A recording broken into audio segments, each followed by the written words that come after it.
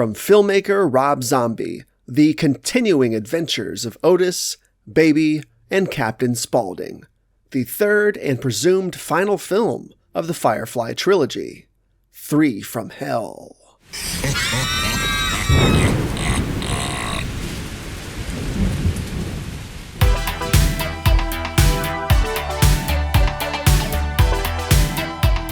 As an enthusiastic supporter of 2003's House of a Thousand Corpses, and an even heftier proponent of its 2005 sequel, The Devil's Rejects, I had very high hopes for Rob Zombie's newest chapter of the Firefly saga, 3 from Hell.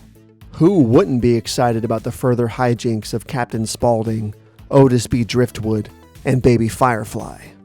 But wait a minute. The Firefly Clan was laid low at the conclusion of the previous film, taken out in a hail of gunfire in the vein of some renegade Bonnie and Clyde story, skewed in the peak of a spiraling LSD trip. Our horrible heroes were presumably deader than dead. For all intents and purposes, Rejects was the perfect cap to the story that began with House, closing the saga with a poetic finality that is rarely seen in films such as these.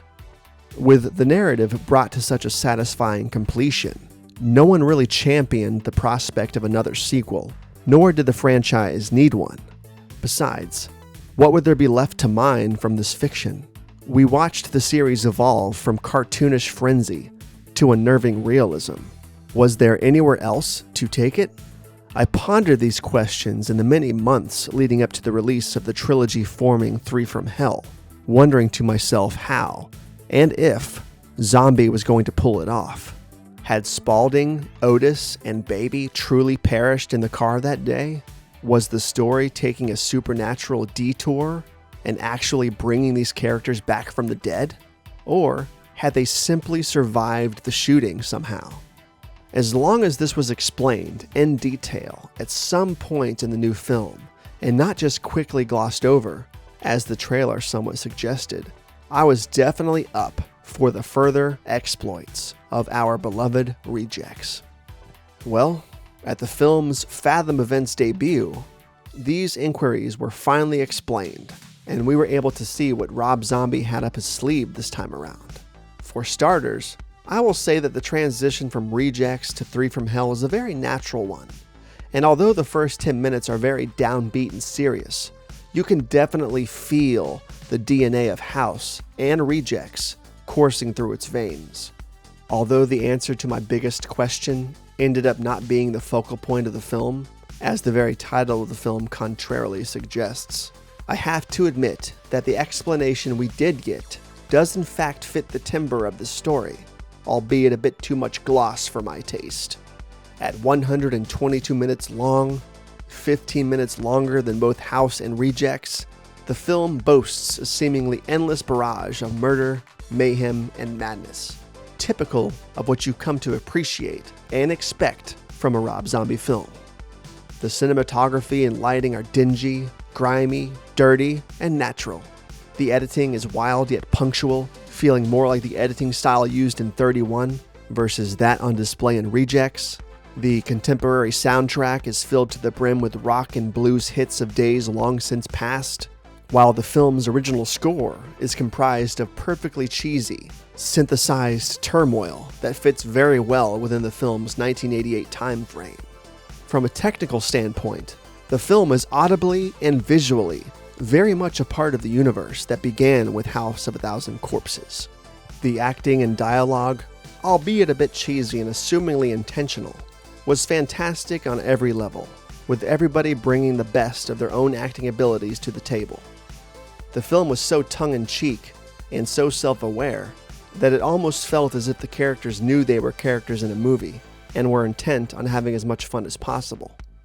Standouts Bill Moseley and Sherry Moon Zombie, aka Otis and Baby, were as ridiculously cool as they've always been, if not more. And it appears in the film that they were given free rein to sort of chew the scenery as they saw fit. It was nearly a religious experience, in and of itself, to see these two back together again, regardless of their survival's logic, or lack thereof, I should say. The inclusion of newcomer killer Foxy Coltrane to the troupe, effectively becoming the third member of the Three from Hell team, was a very welcomed one to say the least, bringing a fresh look into madness to Zombie's world, and fitting right in with our established heroes. Now, let's address the elephant in the room, Sid Haig, aka Captain Spaulding. I think it's safe to say that nobody was expecting him to be in the majority of the film, considering his more recent health concerns at the time, which had only ever been vaguely addressed by Rob Zombie or Sid Haig himself, which is his right to privacy and frankly none of our business anyway. But little we did see of him in the film is impactful to say the least. His menace is alive and well throughout the entire film, regardless of him actually being on screen or not. I'm just grateful for what he was able to bring to the film, because there was almost a chance that he wasn't involved at all. Rest in peace to Sid Haig, who unfortunately passed away very shortly after the release of Three from Hell. On a side note, we actually got to meet Sid Haig at Spooky Empire, and it was a blast. He was a really cool guy, took the time to chat with us for a little bit, cut up with us a little bit, had some good jokes, even though it was visibly obvious that his health may have been declining at the time. He wasn't grumpy or fussy, and he was really making the best of the situation. And I'm super glad we got to meet him before he did pass. Very cool guy.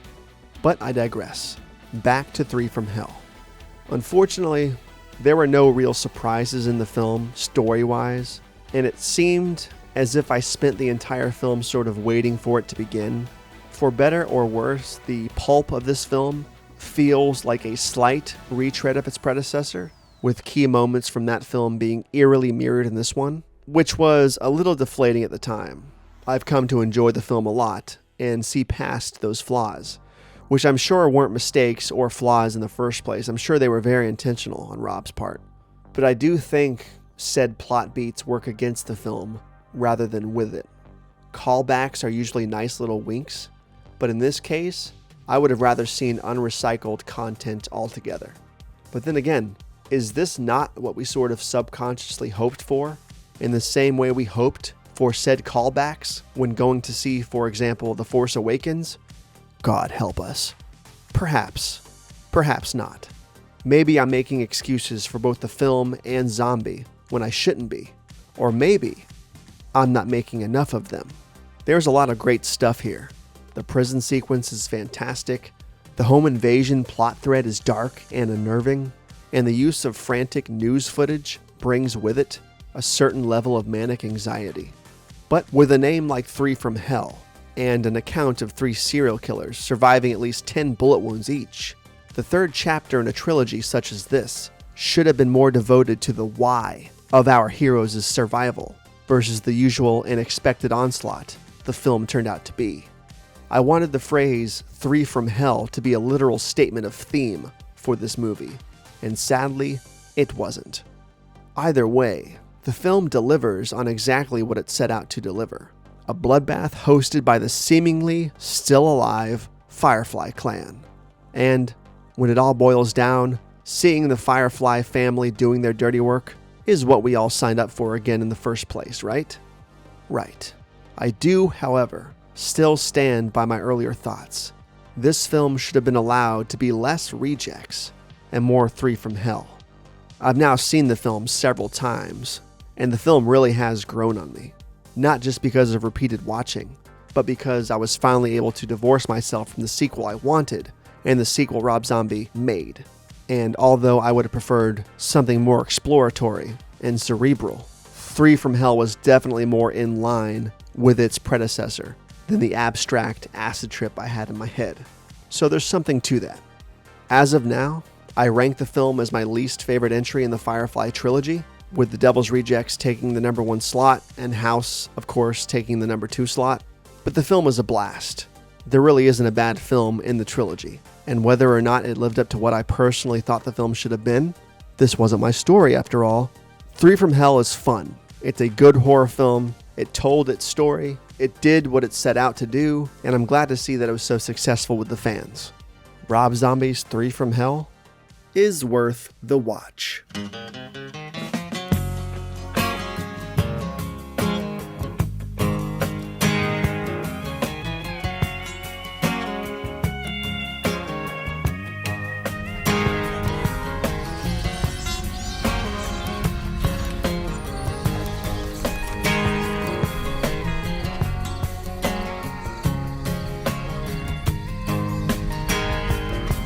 Can you hear